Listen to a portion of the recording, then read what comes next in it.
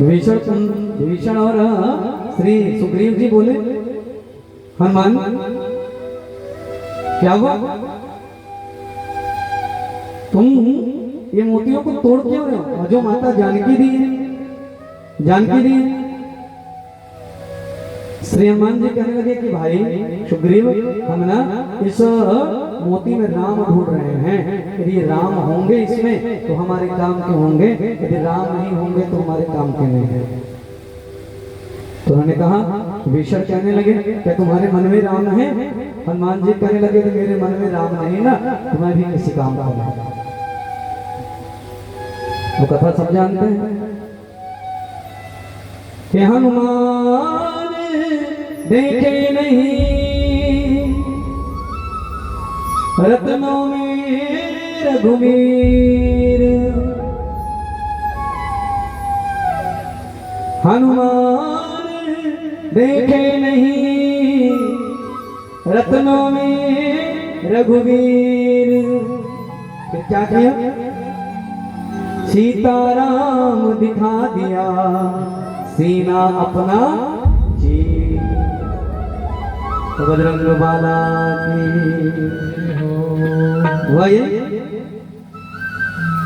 जब हनुमान जी की छाती में सियाराम दिखने लगे ना, तब तो गदगद हो गए, वो गदगद हो गए सब लोग। एक दिन श्री हनुमान जी राम जी को लेकर के वे सरयू के तट पर गए। सरयू के तट पर पूजा करने वाले सब बैठ जाए, भजन चले चले पूजा में फिर आएंगे।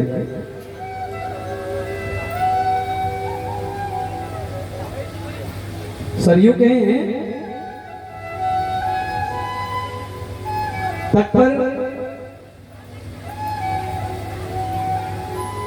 श्री हनुमान जी को लेकर के गए, और हनुमान जी को लेकर श्री राम जी जैसे गए ना, बोले उसके बाद आप देखें।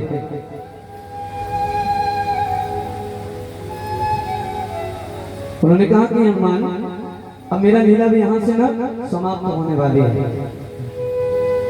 अब यहाँ से मेरा लीला समाप्त हो जाएगी और मैं कृष्ण बन करके आऊंगा, तो आपको भी कुछ ना कुछ बन करके आना होगा।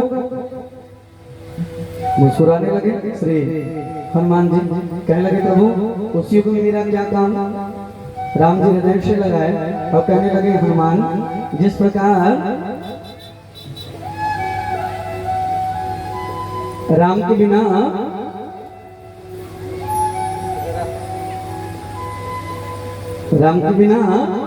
बोले हनुमान, या हनुमान के बिना राम अधूरे हैं, वैसे कृष्ण के बिना बांसुरी अधूरी है। तो हनुमान इस युग में तुम्हारी कर्जा तो हम नहीं छू सकते, पर बांसुरी बन करके आना। जिस तरह से तू मेरा सेवा कर रहा है ना, उस तरह मैं भी तुम्हारा सेवा ही कर लूंगा। क्योंकि संकट काल में श्री हनुमान जी अपने गोदी में राम को लेटाते थे, तो बांसुरी को श्री कृष्ण जी अपने होठों पर लेटाने लगे। हनुमान जी उनके चरण दबाते थे, तो कृष्ण जी भी बांसुरी के पांव दबा रहे हैं। पंखा करते थे हनुमान जी ग्रीष्म काल में, तो कृष्ण जी भी पलकों से बजाते बजाते अपने पलक को ढांप लेते थे, फिर खोल देते थे, फिर ढांप लेते थे। इस तरह से मैं हनुमान जी ही बांसुरी बन करके फिर वहां आए और कृष्ण के साथ में हो विराजमान हो। इतने में कन्हैया जाग गए। कन्हैया दौड़ करके देखे कि मेरा बांसुरी कहाँ है। पता चला कि गोपियां सब चुरा करके ले गए हैं। तो ले गई हैं गोपियां, तो फिर कन्हैया जा करके मांगने लगे, विशाखा बांसुरी दे दे, राधा बांसुरी दे दे, चित्रा ललिता बांसुरी दे दे। सब लोगों ने बांसुरी नहीं दिया, तो कन्हैया व्याकुल होकर के राधा से ही बांसुरी फिर मांगने लगते थे। वो सावरे सरकार की दे दो मेरी बांसुरी, ओ राधा तेरे किस काम की। मीठे मीठे ताली के साथ सब लोग पूजा करने वाले सब एक साथ पूजा किया जाए। जल्दी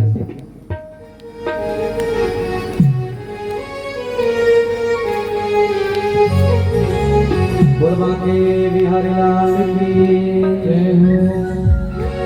हो दे दो मेरी बांसुरी ओ राधा तेरे किस काम की दे दो मेरी बांसुरी ओ राधा तेरे किस काम की दे दो मेरी बांसुरी ओ राधा तेरे किस काम की दे दो मेरी बांसुरी ओ राधा तेरे किस काम की किस काम की किशोर किस काम की किस काम की किस काम की किशोर किस काम की दे दो दे दो दे दो दे दो दे दो दे दो मेरी बांसुरी किशोरी तेरे किस काम की दे दो मेरी बांसुरी किशोरी तेरे किस काम की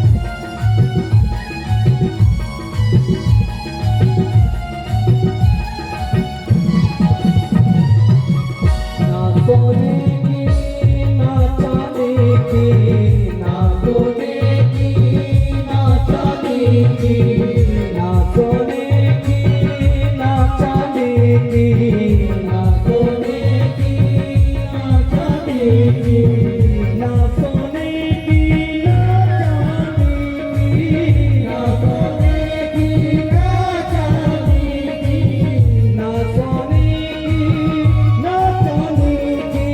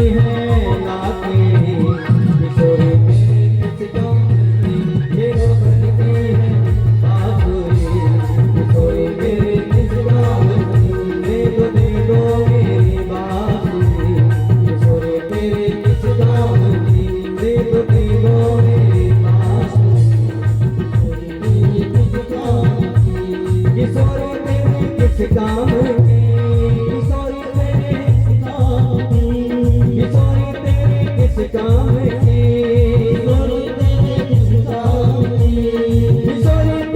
किस काम की, किशोरी तेरे किस काम की, ओ दे दो दे दो, ओ दे दो दे दो, दे दो दे दो मेरी बांसुरी, किशोरी तेरे किस काम की, दे दो मेरी बांसुरी, किशोरी तेरे किस काम की, दे दो मेरी बांसुरी, किशोरी तेरे किस काम की, दे दो मेरी बांसुरी, किशोरी तेरे किस काम की, किशोरी तेरे किस काम की, किशोरी तेरे किस काम की, किशोरी तेरे किस काम की। प्रभा के बिहारी लाल की जय हो, सागरे सरकार की जय हो।